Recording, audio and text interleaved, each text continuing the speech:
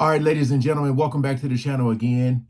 I'm just trying to get some more information on the charges that were dropped. Um, I'm just trying to understand what's going on as far as stuff that is, charged by the state because this has been a crazy trial, man. I know we all can agree with that. Just trying to figure out what the hell else is finna go on. So we ain't gonna waste no more time. I got this video here from the Law and Crime Network, which I'll leave in the description just in case I gotta trim out some stuff and you guys can check out more to see, the original. So we ain't gonna waste no more time. Let's jump right into it.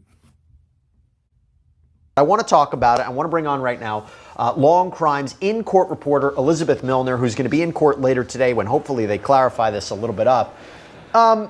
Elizabeth, you and I were talking about this. If you have any guidance about what you think is going on here, but also to provide more context, doesn't it seem unlikely that the prosecutors would abandon outright all of arson in considering what was presented to this jury? Yeah, it seems like a really kind of surprising announcement that they made in this particular letter, especially given the amount of evidence that we heard, especially when it was coming to, or when it had to relate to Capricorn Clark, or even instances of Cassie being locked in these hotel rooms, or when it comes to going back to Capricorn Clark, the whole lie detector aspect, and her having to go inside that, I guess, abandoned building right when they were kind of switching offices in order to be having to do these lie detector tests over and over and over again after multiple days. And I thought that was probably maybe the strongest piece of evidence the government had in relation to those. So it was really surprising that that decision came down. But it doesn't mean, again, Listen to what she just said right there. Again, she's been in here since day one. She said she felt like that was the strongest evidence.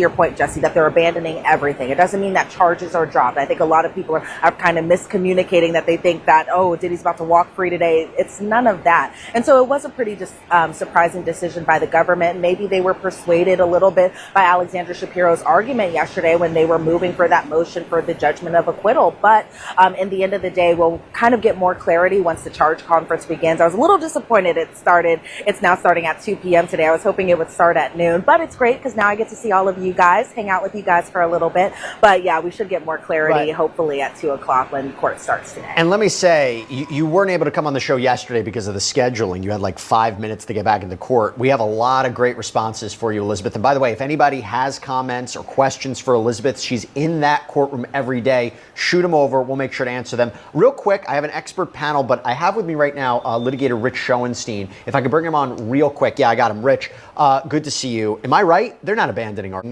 I believe you're right, and this is why I'm looking at the draft verdict sheet that your great producers printed out for me, and it says basically the first question is, do you find defendant Sean Combs guilty of racketeering?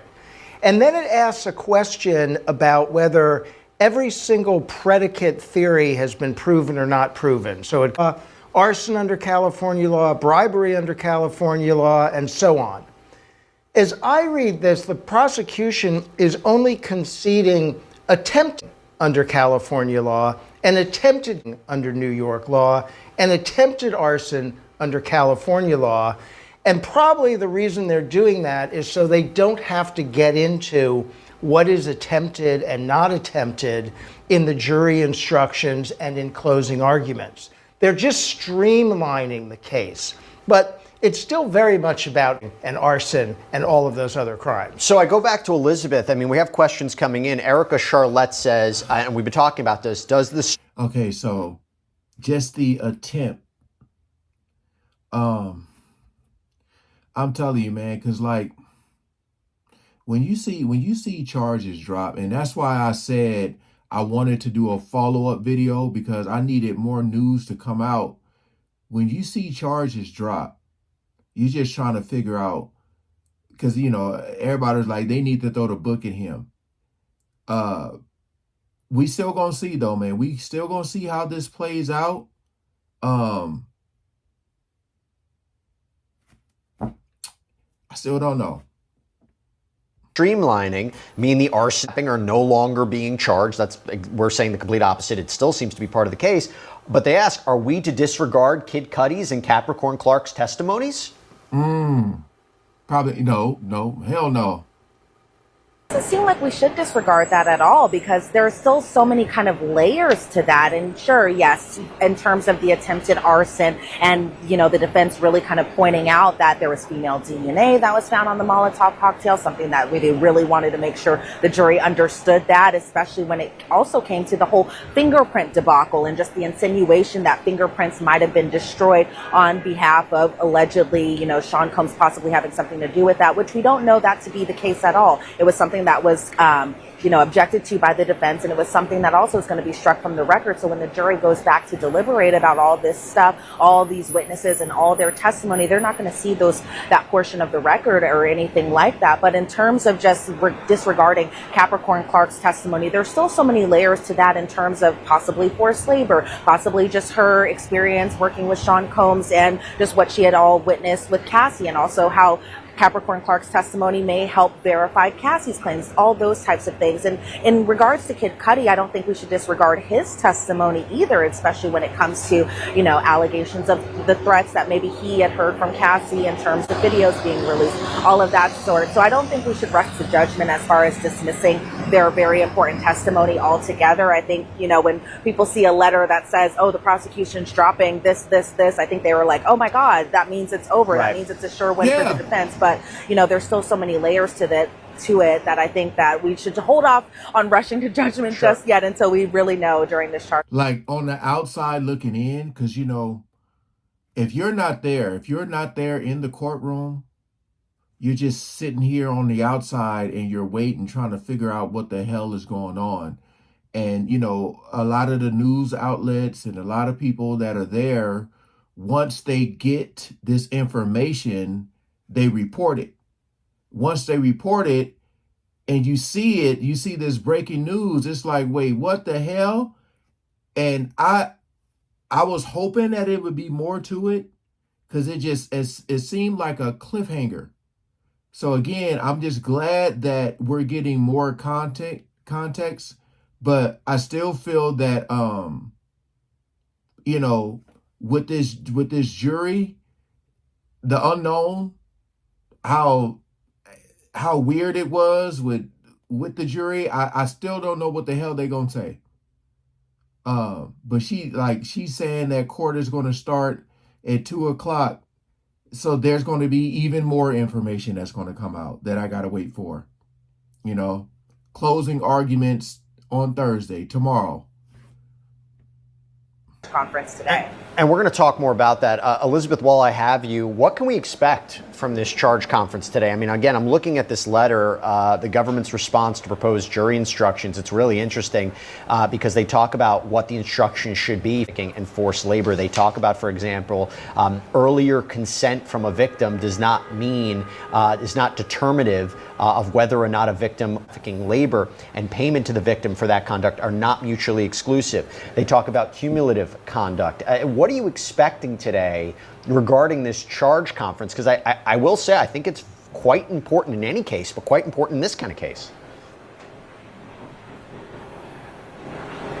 I definitely think today is an important day because we'll really kind of see how they're going to map out the instructions that'll be given to the jury once they eventually deliberate. And it's very important. This is a pretty complicated case. So I think the government putting in their proposed instructions in terms of, just because maybe an alleged victim had agreed initially to doing the hotel nights or the freak-offs, that just because they initially may have agreed to do it doesn't mean towards the end that they still weren't apprehensive.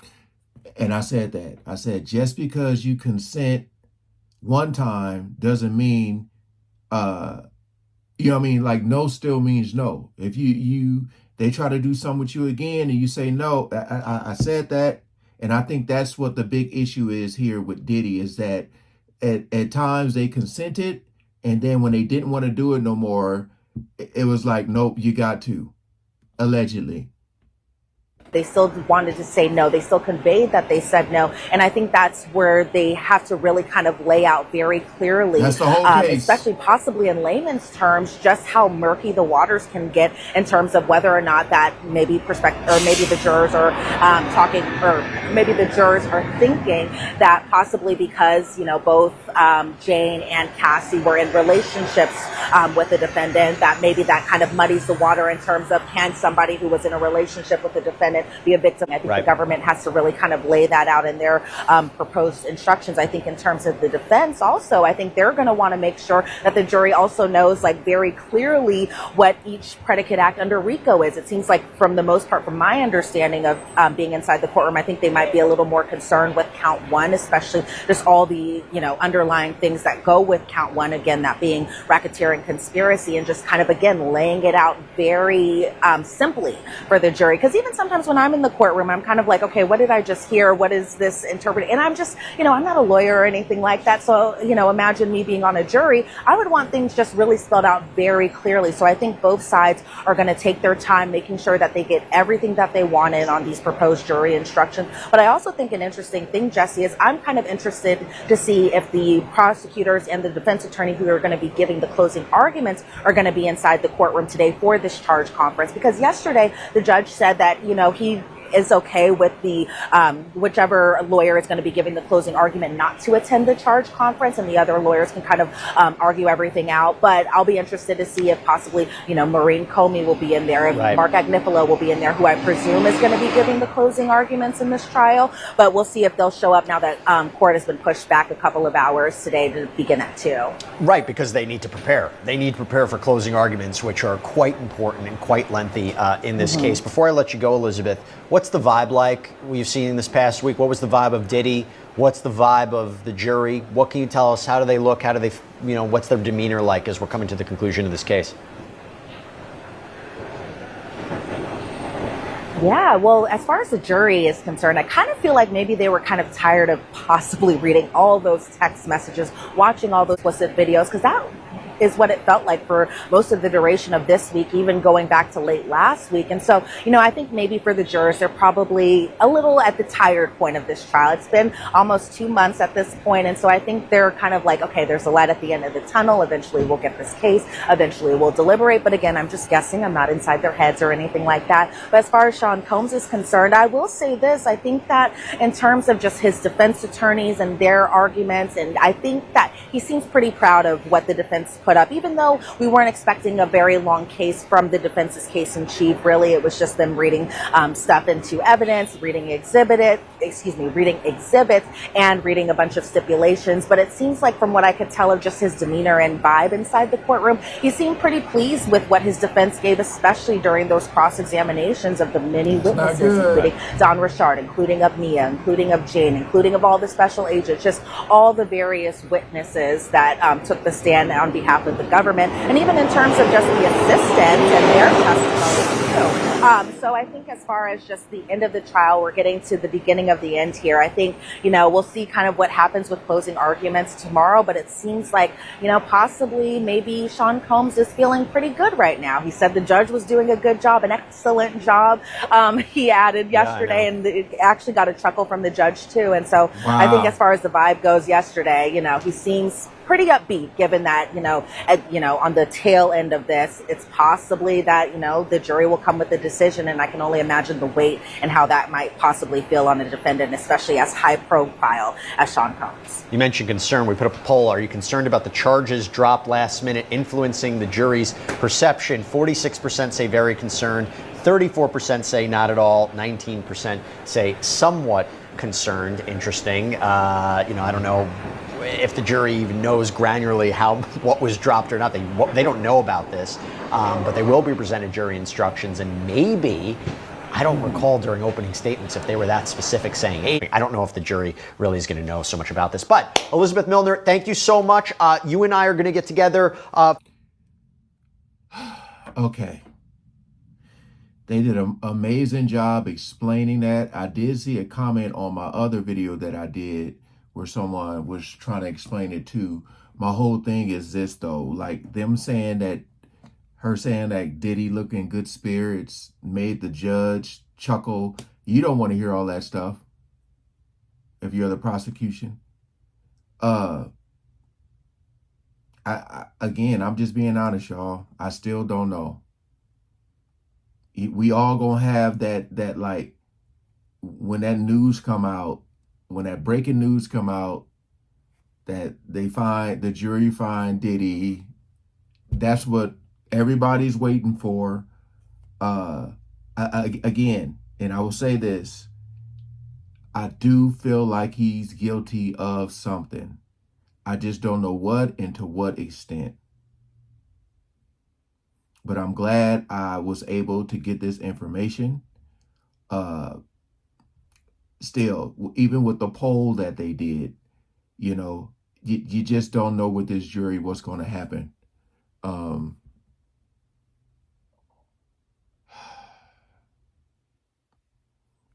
Her even saying that they're getting tired of watching these videos and stuff, like it's been a lot of stuff that has been repetitive, and there was a lot of stuff that wasn't talked about in this trial that I thought was going to be talked about. I don't know. I don't know. We'll see though. I'm probably going to try to do another video today before I go to the gym. I got to see when Elizabeth comes back out. Right now for me it's 2:00 and it started. So we'll see what happens when she comes out of the courtroom again, what other news has came out. But I'm glad that was cleared up, but I still don't feel good about it. So gotta wait and see. All right. Like, share, and subscribe. Peace out.